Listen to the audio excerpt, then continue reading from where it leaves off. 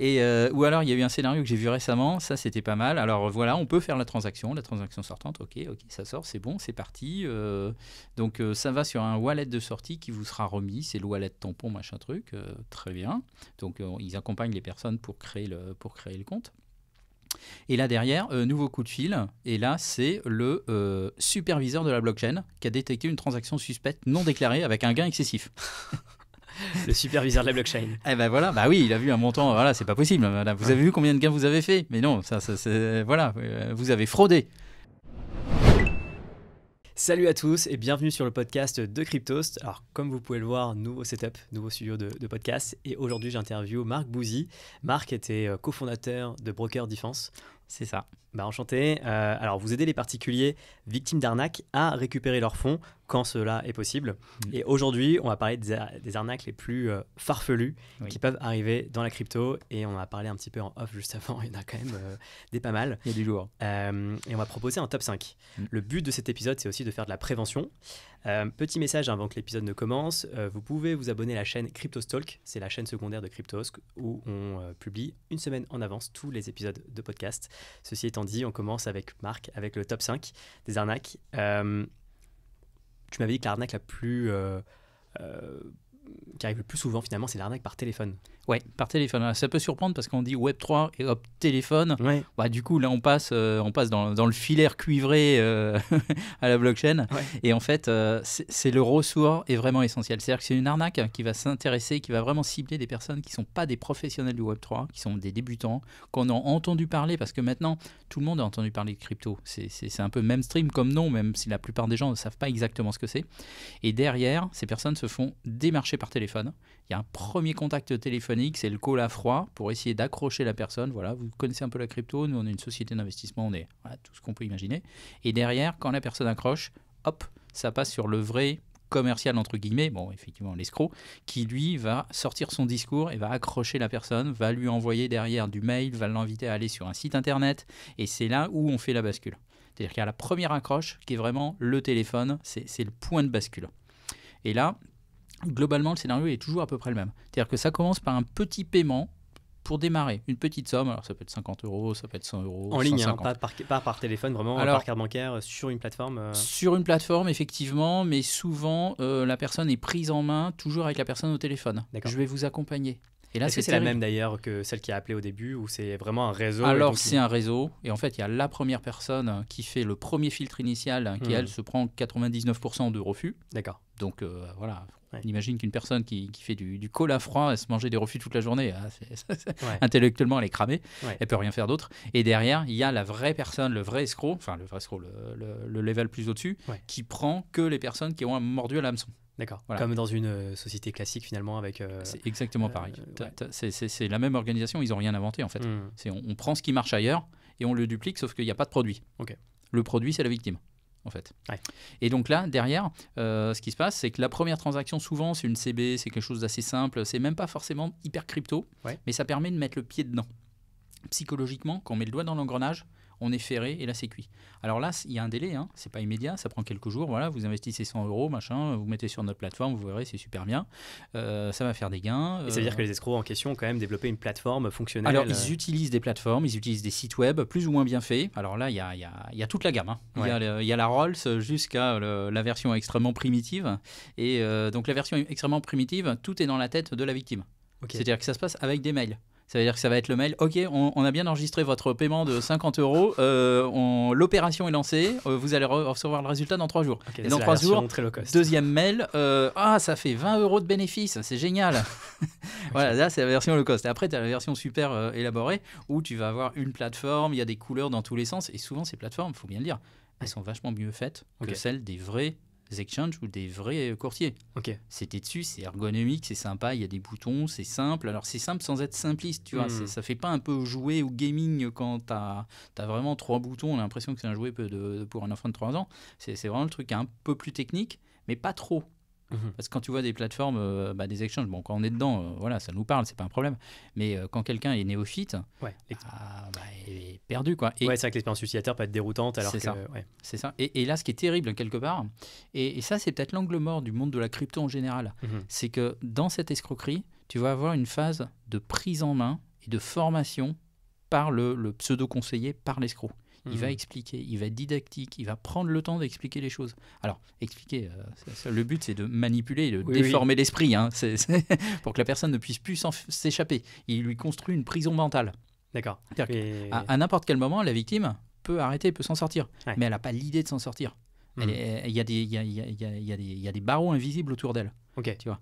Et après, une fois que ça c'est fait, arrive la deuxième phase où ça marche vachement bien la crypto, donc là, il faut mettre un peu plus. Mais donc, pour mettre plus, il faut ouvrir un compte. Alors là, la personne, l'escroc, va guider la victime et va l'accompagner pour ouvrir un vrai compte sur une vraie société. Donc ça va être du Binance, du Crypto.com, du Kraken, du n'importe quoi, mais un truc mainstream, tu vois. La personne va faire tout le processus de KYC. D'accord. C'est-à-dire que la personne, elle va, avec son adresse mail, créer un compte sur Binance. C'est ça. Et en fait, le hacker, enfin l'arnaqueur, lui, avoir accès à ce compte-là. Même pas. Même pas. Pas besoin. D'accord. Pas besoin, tout est dans la tête de la victime. Ouais. On est sur de l'ingénierie sociale, tu es sur du hack de cerveau. Ouais. Donc en fait, si tu veux, tu n'as aucune solution technique ou technologique pour protéger le wallet. Parce qu'en fait, c'est la personne elle-même qui crée son wallet. Bon, elle est toute contente, il y a quelqu'un qui lui a montré comment créer un wallet. C'est génial. Ouais. Et ça, pour le coup, c'est vrai. Ouais. Après, elle met de l'argent dessus. Ok. Ça, pour le coup, c'est vrai. Elle le convertit. Alors, USDT, Bitcoin, en général du mainstream. D'accord. Ils vont pas chercher des trucs exotiques parce que sinon ça. Ils vont perdre. Ouais, mais ça colle pas. C'est la crypto. Quand on est débutant, novice, on va pas acheter le shitcoin exotique qui cote 0,12 milliardième de centimes en se disant on va faire un fois 12 000 dans les 12 heures. Quoi. On prend un peu de Bitcoin, voilà, pour s'entraîner. Voilà, c'est sympa. On est tout content d'en acheter pour 20 €. Ouais, c'est génial, quoi. Ouais. Et donc ils font ça. Les personnes sont hyper enthousiastes. Ils font de la crypto, quoi. Tu vois, accompagnés par des pros. Et puis derrière, ils mettent les 5 000, 10 000, 50 000 euros et ils envoient ça sur l'adresse, sur le wallet donné par l'escroc. D'accord, depuis Binance. C'est ça. C'est quoi le motif de l'escroc pour le les motif, convaincre ? C'est d'alimenter la plateforme.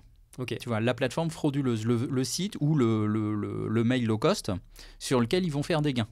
Et donc, en fait, la crypto, tu vois, c'est pas la crypto pour investir en crypto, c'est on utilise la crypto comme un outil de transaction, un peu comme de la CB, un peu comme n'importe quoi d'autre. Alors, en market beer, il y a des prétextes autres qui sortent. Ça va être, nous, c'est un site d'investissement. On investit, c'est du livret placé, c'est du sécurisé, voilà, ça fait 17% par mois, mais c'est sécurisé quand même. Voilà, donc tous les prétextes délirants. Et en période de bull market, là, on va avoir plutôt du prétexte crypto. Okay. La crypto, ça marche. Regardez le journal ce matin, il y a encore un gros titre. Tu vois, tous les vrais sites, les vrais prétextes vont y passer. Ok, donc ils en font acheter par exemple du Bitcoin en leur promettant après, voilà, si le Bitcoin est sur la plateforme, il pourra faire x2. C'est ça. Ouais, c'est ça. Et donc là, ils vont rajouter un prétexte supplémentaire. Donc le Bitcoin, alors ils vont pas aller dans le stacking en disant, parce que là, du coup, ils vont perdre la victime. Mais ils vont expliquer que nous, on a un livret d'épargne en Bitcoin. C'est génial, le livret d'épargne en Bitcoin. Ça booste de malade, quoi. C'est, en fait, tu vois, tous les trucs comme ça, où en fait, on va prendre les codes de la vie courante et les calquer sur le Web3. D'accord. Parce qu'en fait, les victimes, elles n'ont pas les codes du Web3, mais elles ont les codes du monde d'avant. Et donc, du coup, quand on leur dit livret d'épargne, ça parle à tout le monde, ça, le livret d'épargne. Hein. Ouais. C'est nos arrière-grands-parents, ils avaient déjà le livret d'épargne. Ouais. Donc, personne va dire, livret d'épargne, c'est trop louche, je prends pas. Tu vois, alors que si tu dis à quelqu'un, bon, allez, on va faire du stacking sur je sais pas quoi, t'as personne, tu perds tout le monde. On va la perdre. Et alors, tu me disais que le niveau d'après, ça va être finalement quand les taxes rentrent en jeu. Oui, alors, les taxes. Il y a plusieurs scénarios possibles. Soit c'est la victime qui se dit bon c'est pas mal, j'ai mis le 20 000, 10 000 euros, je suis à 100 000, 200 000 euros de gain. Bon, moi j'aimerais faire ma sortie pour profiter de mon argent. Voilà. Alors là, du coup, là c'est le début des problèmes quand il y a c'est le début des problèmes. Le mot sorti là en général c'est la fin de tout. Donc la demande de retrait, il faut faire une demande, formulaire, machin, il y a des délais, voilà, donc déjà on gagne du temps. Et là, c'est bloqué. Alors c'est bloqué, plusieurs scénarios possibles. Soit c'est bloqué parce qu'il faut payer une taxe de sortie, soit il faut payer des impôts et taxes sur les gains qui ont été faits. Alors là, on passe outre le fait que les impôts, on les paye à l'État, on les paye pas à la plateforme, mais ça ouais. Plus c'est gros, plus ça passe. Mais plus c'est gros, plus ça passe. Et ou alors il y a eu un scénario que j'ai vu récemment, ça c'était pas mal. Alors voilà, on peut faire la transaction sortante, ok, ça sort, c'est bon, c'est parti. Donc ça va sur un wallet de sortie qui vous sera remis, c'est le wallet tampon machin truc, très bien. Donc ils accompagnent les personnes pour créer le compte.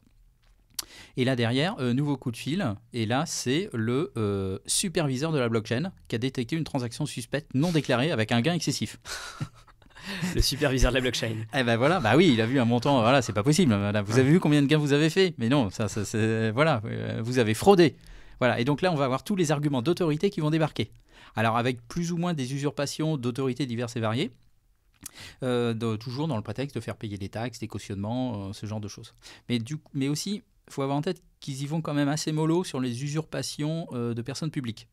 Parce que ça, en général, les autorités apprécient assez peu. Et c'est un prétexte à vraiment motiver des enquêtes assez lourdes et sévères. Ouais. Donc il y a un type qui faisait ça, qui s'était spécialisé, il prenait des noms de policiers, d'agents du fisc, et carrément il les usurpait. C'est des gens qui existaient vraiment, qui étaient en poste. Et du coup, il envoyait des faux documents à l'entête de la police, à l'entête de la gendarmerie, à l'entête du fisc, signés de signature inventée, mais avec le vrai nom de la personne. Voilà. Donc les personnes qui recevaient ça étaient dans tous leurs états, quoi. Des menaces assez fortes de poursuites pénales, de condamnation, mais ils doivent payer 40% de je ne sais pas combien dans un délai assez court. Le gars derrière, il les appelle, il discute, il les insulte. Enfin, ça montait assez fort. Ouais. Et donc lui, il s'est fait arrêter. D'accord. Il s'est fait arrêter, il est passé en jugement, c'était je crois en mars 2023. Un Français alors c'est un franco-israélien, donc il s'est fait arrêter sur la plage en faisant du volley à Tel Aviv. Donc il a été extradé, donc c'est la police israélienne qui l'a arrêté à la demande du procureur de Paris. Il a été extradé, il est passé en jugement, il a pris 5 ans ferme. Et voilà, donc voilà, bon, il a fait un peu de détention préventive avant, mais donc lui, il a pris le maximum. D'accord. C'est quand même assez fou. Et alors, bon, c'était que le premier cas. Maintenant, on va passer au deuxième cas. C'est quand finalement les hackers se font passer un peu pour des autorités. Bon, c'est un peu le cas que tu citais. C'est exactement ça. Mais ça peut être avec donc, par téléphone, par courrier en fait. C'est ça. Alors, courrier un peu moins, parce que le courrier, il y a de la logistique derrière. Il y a la logistique et c'est pas forcément facile parce que voilà, quand on reçoit un courrier d'une autorité en général, il n'est pas affranchi avec un timbre lambda qu'on va prendre à la poste. C'est vrai, ouais, tout à fait. Donc du coup, ce petit détail, ça colle moyen dans le scénario. Et donc là, sur l'arnaque à l'autorité, c'est soit dans la continuité de la précédente, ce que j'allais dire, donc ce que je viens de dire, mais parfois ça peut être fait à froid. Mais comment la personne en face peut savoir? Alors, en fait, juste, elle va envoyer elle va contacter plein de personnes et ça va marcher sur certaines. C'est comme le spam. C'est comme le spam à l'héritage du milliardaire nigérian. Voilà, on en envoie 17 000 et sur les 17 000, il y en a un qui réagit. Quoi. Il en suffit d'un. Il en suffit d'un. Hein. Ça, le cas classique, c'est le coup de la convocation pour pédocriminalité. Voilà, donc on vous a détecté machin truc. Voilà, le courrier qui a ni queue ni tête avec des tampons flashy dans tous les sens. Et voilà, par accident, il y a toujours un qui se fait prendre. Quoi. C'est fou. Et passons au troisième cas. Alors ça, c'est le cas à l'arnaque, le cas de l'arnaque à la preuve de travail. Est-ce que tu peux un peu expliquer ce que c'est? Ah oui, alors la preuve de travail, là, du coup, ça parle à personne, je suis sûr. Si on dit preuve de travail, je sais même pas si ça va te parler, toi. Ouais, parce que moi, quand j'ai vu ça au début, je pensais que je parlais de stacking, de preuve d'enjeu, mais en fait, non, pas du preuve tout. De travail, proof of work vs preuve d'enjeu, mais non, pas du tout, rien à voir. Rien à voir. En fait, c'est vraiment accomplir des tâches. C'est ça, c'est accomplir de la micro-tâche sur Internet. Donc en fait, ils sont contactés, les personnes. Souvent, c'est des personnes qui sont déjà en grande détresse, qui sont à la recherche d'un boulot, qui sont en galère, et ils tombent sur une offre, gagner de l'argent à domicile avec votre ordinateur, vous aurez un petit complément de revenu, c'est facile, c'est sympa, c'est pas compliqué. Bon, alors, ils souscrivent au truc et ils comprennent rapidement qu'il faut aller cliquer. Alors, soit ils vont cliquer sur des avis pour des sites hôteliers, sur des avis de restaurants, soit sur... il y avait quoi, des sites de vente, voilà, c'est toujours ce genre de choses. Alors fictif, hein, évidemment, à la base, soyons clairs, hein, c'est pas pour acheter du clic sur des trucs, hein, avec des vraies boîtes qui payent du clic. Hein. Donc, mais sauf que pour avoir, ils sont payés au clic, donc. Et il y a une plateforme avec tout un système de suivi, de pilotage des clics, et il doit faire un certain nombre de clics journaliers pour atteindre l'objectif de la mission qu'il aurait attribuée. Mais pour accéder à certaines missions, il faut prendre un pack.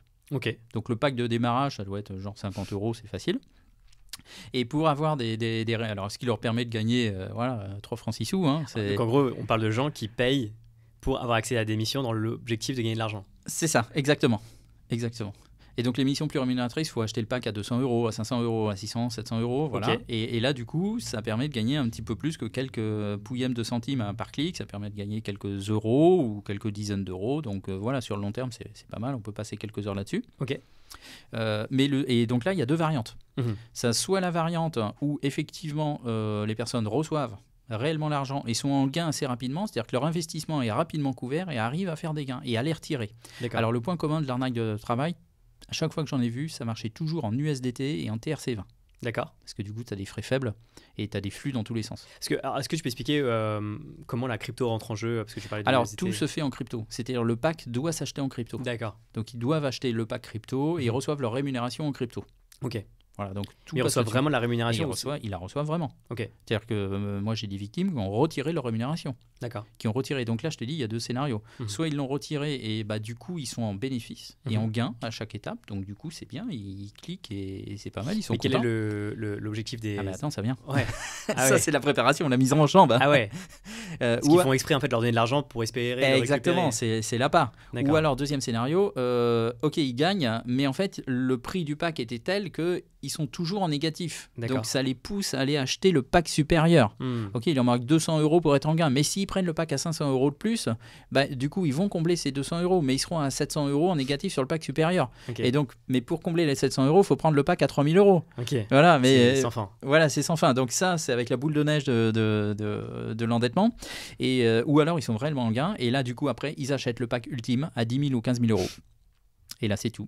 Ah oui, d'accord, ok. En fait, ils leur font croire qu'on peut vraiment retirer l'argent dans le but. C'est ça. Et une fois qu'ils ont fait le paiement des 10 000 ou 15 000, ils retournent sur la plateforme. Et là, il n'y a plus personne, il n'y a plus rien, plus de son ni d'image, il n'y a plus rien à cliquer. Et là voilà, les 15 000 sont partis. Et donc là, ils comprennent que tout l'argent qu'ils ont eu au début, c'était dans le but de prendre les 15 000. Donc sur les 15 000, les autres, ils sont en gain net de 14.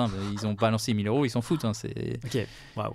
Voilà, donc ça c'est l'arnaque à la preuve de travail et il y a plein de variantes. Donc il y a les sites de vente en ligne, tu avais des sites de chaussures. Là, celui que j'ai vu il y a 2 jours là, avant de venir ici, c'était quoi? C'était un site de voyage. Ok, pour payer ton voyage en... non, tu dois cliquer sur des faux sites de voyage pour valider ou faire des actions dessus, quoi. Faire des likes ou des... Donc ils essaient vraiment de faire une expérience utilisateur qui soit suffisamment réaliste pour leur faire croire que ce qu'ils font a vraiment une utilité en fait. Exactement. D'accord. Exactement. Waouh. Bon, après, ça reste un peu douteux parce que quelque part, se faire rémunérer pour cliquer, tu te dis quel est le modèle économique derrière ça, quoi. T'es un peu dans le faux avis ou dans le faux clic quand même à la base. Tout à fait. Tout à fait. C'est à la base, et puis se faire rémunérer en crypto aussi, ça sent ça pue un peu l'arnaque. Ça sent que t'as pas de contrat de travail, quoi. Donc, c'est vrai. Voilà, quoi, c'est tombé du camion, donc. Tout à fait. Alors, passons maintenant au dernier cas, donc le 5e. Tu parlais d'usurpation d'identité pendant les bull runs, tu m'as dit ça en off. Oui. Et tu m'as envoyé d'ailleurs pas mal de documents de la plateforme blockchain.com. Blockchain.com. Alors, blockchain.com, c'est une plateforme qui a eu un coup de génie et un coup qui est quasiment un coup de malchance, c'est leur nom.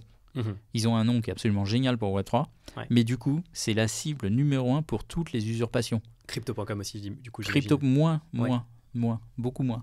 En fait, je dirais 90-95% des usurpations, c'est blockchain.com. D'accord. Ah, eux, c'est massif et depuis des années. Je sais même pas comment ils arrivent à gérer ce truc. Ils ont dû faire un dépôt de plainte général et puis tous les jours, ils doivent compléter avec des nouvelles informations, quoi. Et donc, en fait, là, en période de bull run, les escrocs vont se faire passer pour des conseillers de crypto.com, de Kraken, de blockchain.com, etc. Pour leur dire, c'est bon, investissez chez nous, regardez la blockchain, la crypto, ça monte, c'est fou, quoi. Allez-y, on a des produits sécurisés pour vous, on vous ouvre un compte, je suis votre interlocuteur, n'ayez pas peur, je serai disponible tout le temps, on va se faire des calls réguliers, on va planifier des calls 2 fois par semaine, ça va bien se passer. Et puis évidemment, ça se passe mal. Donc les personnes mettent de l'argent et on retombe un peu sur l'arnaque au téléphone, mais là, du coup, avec usurpation. Et usurpation, il y a 2 variantes. Soit usurpation, et alors là, il y a celle qui est assez vicieuse. Par exemple, ils vont usurper crypto.com et ils vont faire ouvrir un compte chez crypto.com. Et du coup, la personne, elle ouvre son compte chez crypto.com et elle est convaincue de discuter avec les employés de crypto.com. Mais en fait, pas du tout. Voilà. Et donc, voilà. Et donc, du coup, c'est dans ce cas de figure-là, par exemple, que les personnes peuvent leur demander leur code pour accéder au compte. D'accord. Et puis du coup les personnes se disent oui, c'est la personne avec qui j'ai ouvert mon compte, c'est normal, il en a besoin, il fait la maintenance, il fait je sais pas quoi, voilà, il dépoussière les wallets, donc c'est vraiment ça l'arnaque, c'est-à-dire que finalement tu te fais passer pour crypto.com, blockchain.com en tant qu'arnaqueur, et ensuite l'arnaqueur va demander créditez votre compte sur ces plateformes-là, acheter de la crypto-monnaie, et ensuite le hacker se connecte et draine le wallet. C'est ça. Ok, waouh. C'est ça. Alors la connexion n'est pas forcément simple, tu vois. Donc parfois ils vont foutre un smart contract qui va, ils vont demander à la personne d'ouvrir un deuxième wallet, souvent un trust wallet ou un truc décentralisé, pour pouvoir foutre un smart contract qui va vider le wallet à chaque fois que la personne met de l'argent dessus. Ok. Tu vois, il y a un SaaS, parce que du coup, si c'est un tiers qui se connecte à un compte Binance ou Crypto.com, il y a quand même des checks de vérification, c'est pas si facile. Tu vois, il y a vérification mail, téléphone, tu vois, tu as des doubles authentifications. Voilà. Mais c'est vicieux parce que du coup, les escrocs vont demander aux personnes de sécuriser le compte en créant une double authentification. Donc ils vont donner des conseils de sécurité. Et conseils de sécurité qui au demeurant sont pertinents. Ouais, parce qu'en gros, l'escroc, lui, va garder le code de 2FA pour accéder, pour avoir la double vérification. Soit ça, soit comme l'ingénierie sociale. Comme il sait qu'il est dans le cerveau de la victime, il sait comment la sécuriser son compte. Il sait qu'en fait, la personne, même si elle sécurise tout comme il faut, va tranquillement envoyer l'argent sur un wallet pourri que lui va récupérer. Ouais, c'est fou. Bon, on a vu quand même 5 cas qui sont apparemment 5 cas d'école auxquels vous êtes confrontés assez régulièrement avec Broker Defense. Toi, c'est quoi le cas le plus what the fuck que tu n'as jamais vu, le plus bracadabrantesque Eh ben écoute, j'ai un cas là qui nous est arrivé il y a quelques jours. C'était le cas, je dirais, c'est plus l'arnaque au carré, l'arnaque au cube, c'est l'arnaque au degré 17. C'est la personne qui a été victime une première fois, qui est victime à la retape, qui est enfermée là-dedans, et qui se fait recontacter par la police des polices de la blockchain. Alors pardon, la retape, on n'a pas trop parlé, mais c'est en fait, c'est quand la même équipe revient. La retape, c'est suite à l'arnaque initiale. Là, la personne, elle a compris, il n'y a plus d'ambiguïté possible, elle sait qu'elle a été arnaquée. Et là, il y a un chevalier blanc qui débarque. Ça, c'est le cas numéro 4 d'ailleurs, on est obligé de le citer. C'est vrai qu'on est passé vite. Donc, ce chevalier blanc, il débarque de nulle part. Bon, évidemment, il est en lien avec les premiers escrocs. Et là, différentes possibilités. Soit ça va être un enquêteur, soit ça va être un détective, soit ça va être un avocat, soit ça va être une autre plateforme. Et le point commun, c'est qu'ils viennent récupérer l'argent et garantie de récupération à 100% dans les 3 jours à 3 semaines. Par contre, il faut payer les frais, la garantie. 20% du montant. Voilà, 20% ou 30%. Alors, c'est négociable, ça dépend ce que la personne reste, ce qui lui reste. Mais dans tous les cas, il y a une garantie de résultat très rapide. Très rapide. Et là, effectivement, c'est un discours qui est très séduisant pour les victimes. Donc, malheureusement, il y en a qui tombent dedans. Ok. Et donc là, le cas auquel tu as été confronté, c'est qu'il y a eu une retape. Alors, il y a eu une retape. Et là, on est sur la retape de la retape. Donc, les personnes appellent en disant, voilà, on est la police de la blockchain. Donc, nous, on contrôle les récupérateurs. On a vu que vous étiez tombé sur un faux récupérateur. Et lui, on l'a dans le collimateur. Et lui, on ne va pas le lâcher. Et vous allez nous aider. Mais par contre, il faut payer les frais, évidemment. C'est horrible. Mais il n'y a plus de limite après. C'est-à-dire qu'après, il va y avoir... Alors, au bout d'un moment, quand même, ça devient gros. Parce que là, dans le coup de la police, la victime n'a pas payé, mais était dans le doute. Était carrément dans le doute. Parce qu'il y a tout l'argument d'autorité.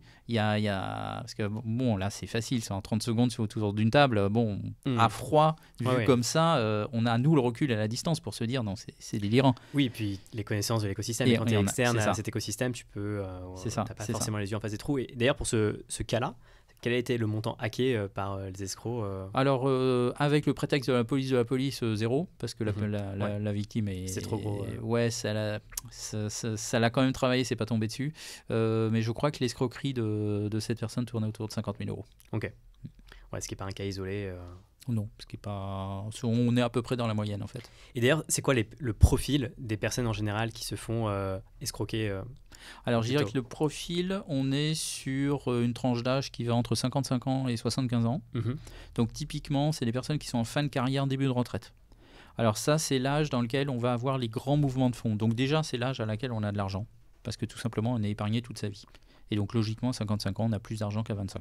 Déjà, mécaniquement, donc ça en fait une cible plus intéressante. Et puis, c'est l'époque où soit on prépare la retraite, soit on vient juste de la prendre. Donc, souvent, si on habite dans un appartement dans une grande ville, on peut avoir envie de vendre son appart pour aller se prendre un petit pavillon à la campagne ou un petit peu au vert, sans être au fin fond de la campagne. Donc, c'est le moment où on fait les grands mouvements de fonds, les grandes opérations, j'allais dire d'une vie, mais c'est un peu ça. Et donc là, quand il y a des flux, les personnes sont vulnérables. Parce qu'ils vont avoir des flux tampons qui sont destinés à être investis, mais il y a des délais d'attente et ils peuvent avoir de la liquidité pour 6 mois, 1 an, 2 ans. Ils ne savent pas quoi en faire. Justement, c'est là où ils tombent dedans. Ok. Donc ça, j'ai l'impression que c'est un schéma assez classique c'est vraiment un pattern. Ouais, c'est un pattern. Et vous, à partir de quel montant ça devient sérieux? C'est-à-dire à partir de quel montant les gens vont vous solliciter et vous allez rentrer dans la course pour essayer de récupérer les fonds? Alors, il y a une question de cohérence entre le montant perdu et la légitimité des actions à engager. Ok. C'est sûr que si on vient avec un litige à 50 ou à 100 euros, bon, il Oui. n'y a rien à faire, il faut s'asseoir dessus. Mhm. Après, dans une démarche de défense, dans une stratégie de défense, il y a plusieurs étapes. Et donc, en fonction du montant, les personnes ne vont pas aller jusqu'au bout de toutes les étapes, mais peuvent s'arrêter avant, mais peuvent quand même engager quelque chose. Par exemple, la première étape, ça va être, qui est dans tous les cas indispensable, c'est le dépôt de plainte. Donc le dépôt de plainte, nous on peut les aider, on peut faire du modèle de dépôt de plainte, on a des partenariats avec des avocats justement pour sécuriser ça, ou alors ça peut être fait en gratuit, on peut les gendarmeries, il y a tout un tas de moyens de porter plainte de manière relativement efficace. Donc ça, la première étape, c'est accessible à tout le monde. Et ça, en plus, c'est intéressant de vraiment que tout le monde porte plainte parce que ça permet d'avoir un effet de détection des arnaques, de signalement, donc ça aussi c'est important. Et après, engager des actions, ça dépend quel type d'action, quel type de procédure. Est-ce que c'est tout de suite un avocat qui va prendre la main? Est-ce qu'on a des cibles identifiées sur lesquelles on peut tenter de la négociation? Est-ce que directement il faut aller au tribunal? Voilà, il y a pas mal de questions à se poser. Et d'autant plus avec le Web3 et la crypto, on a besoin d'une expertise et d'une analyse sur le traçage des fonds. Ok.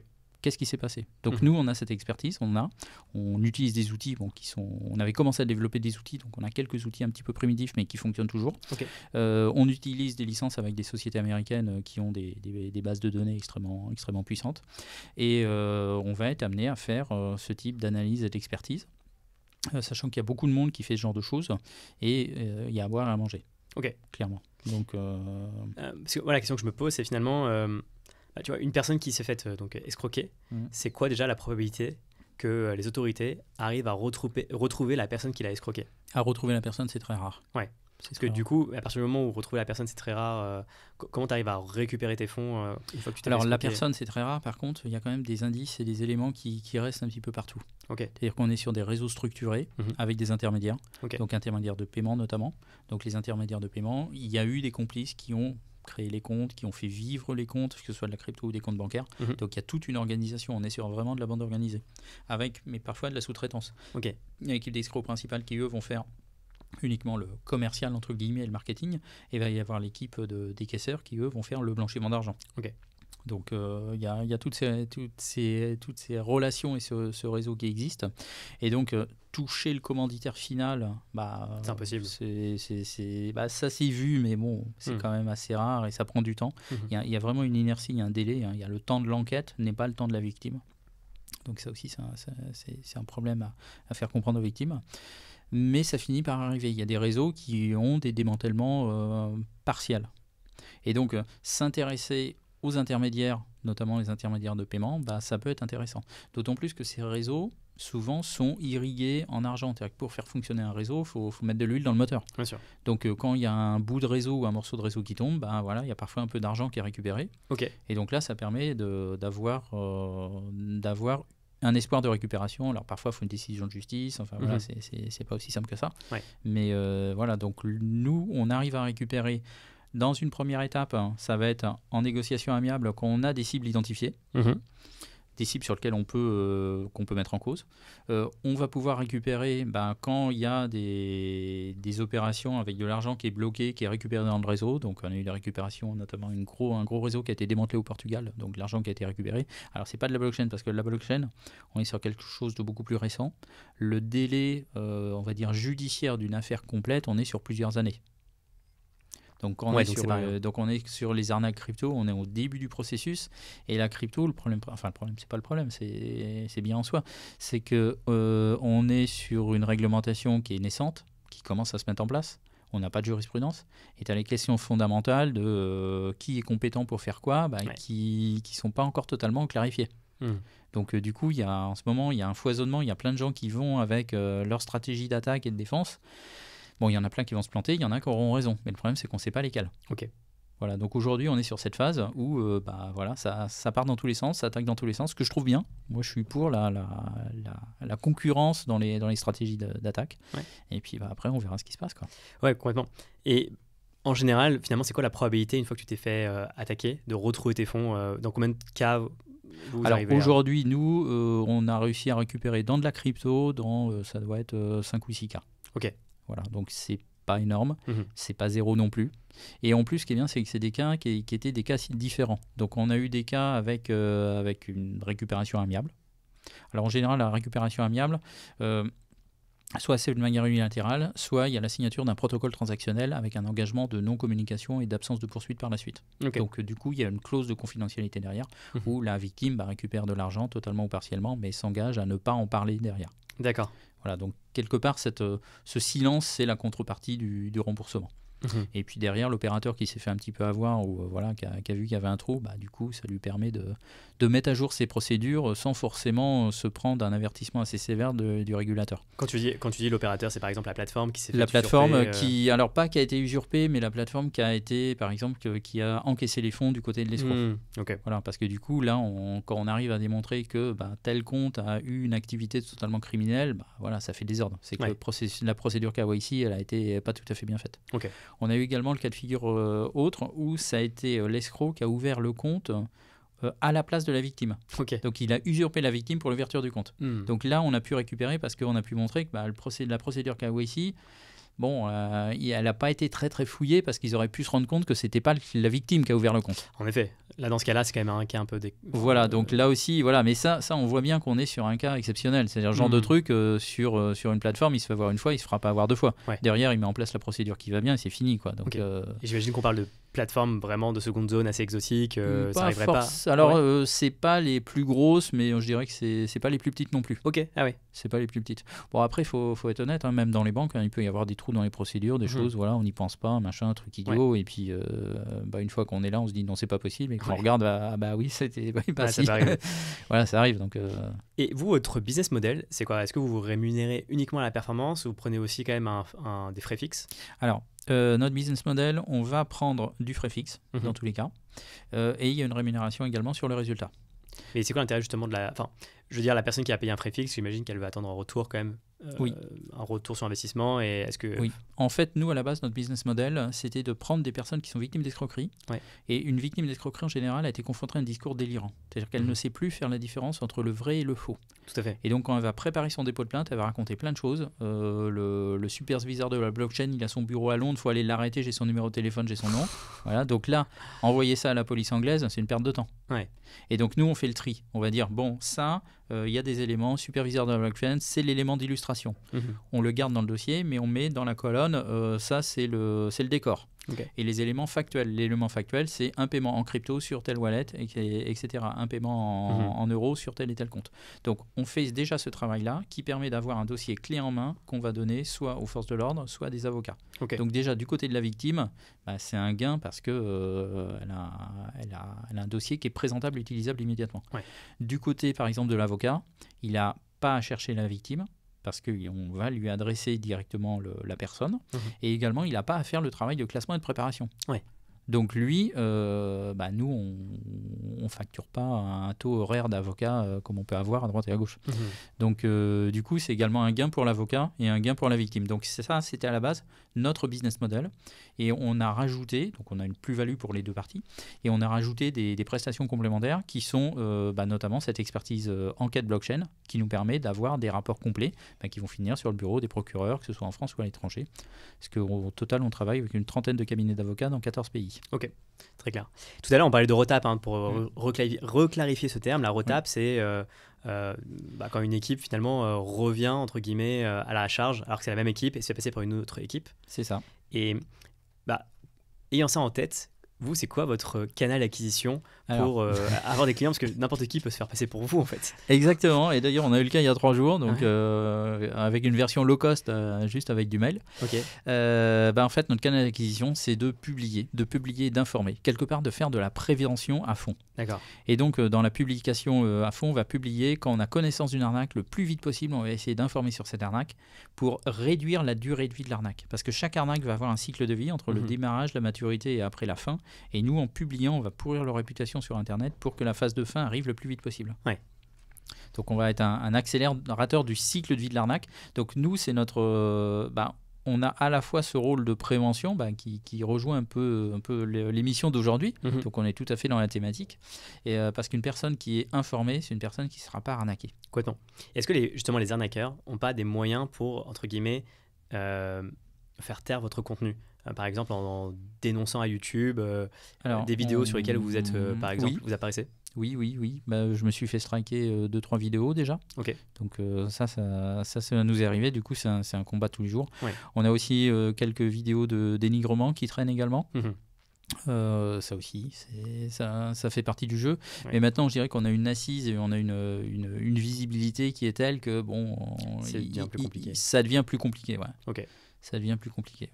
Marc, dernier mot pour la fin. Est-ce que tu peux donner finalement un conseil général pour l'audience pour comment éviter de se faire arnaquer en ligne sur les crypto-monnaies Conseil général pour l'audience, il n'y a jamais d'urgence. Prenez le temps. S'il y a quelque chose, si vous êtes face à quelqu'un, posez-vous toujours une question. Qui est cette personne ? Comment je suis rentré en contact avec lui ? Quelle est sa proposition ? Comment je peux vérifier ces informations ? Et sur Internet, il y a énormément de ressources qui permettent de récupérer de l'information, de vérifier. Donc, si les personnes sont en contact avec quelqu'un qui se fait passer pour Kraken, Binance et autres, il faut téléphoner. Il faut envoyer des mails, il faut essayer de vérifier. Est-ce que cette personne travaille bien chez vous ? Voilà. Est-ce que vous connaissez voilà. Ok. Je pense que aussi le point commun des 5 cas qu'on a cités, du top 5, c'est qu'à chaque fois, finalement, il y a un démarchage. Oui. Et qu'en général, démarchage égale ça sent mauvais, attention. Ouais. Oui, c'est ça. D'où se poser la question, comment je connais cette personne ? Parce que souvent, dans la phase de démarchage, on l'oublie. On est démarché, on est en relation avec une personne qui est très sympathique, il est tout gentil ce monsieur, mais on ne sait plus comment on est rentré en relation avec lui. Ouais. Et du coup, la personne aussi qui est en face va pas hésiter à mentir. Elle va dire, mais vous avez rempli tel formulaire, mais c'est vous qui m'avez appelé. Non, c'est du métier. Il faut challenger, montrez-moi le formulaire, montrez-moi... C'est ça, exactement. Ouais. Exactement. Ok. Allez chercher, allez vérifier, toujours. Toujours vérifier. Ouais. Ça marche. Merci beaucoup Marc. Merci Gary. C'était super intéressant et voilà, j'espère que ça servira à l'audience pour éviter ce type d'arnaque à l'avenir. Oui.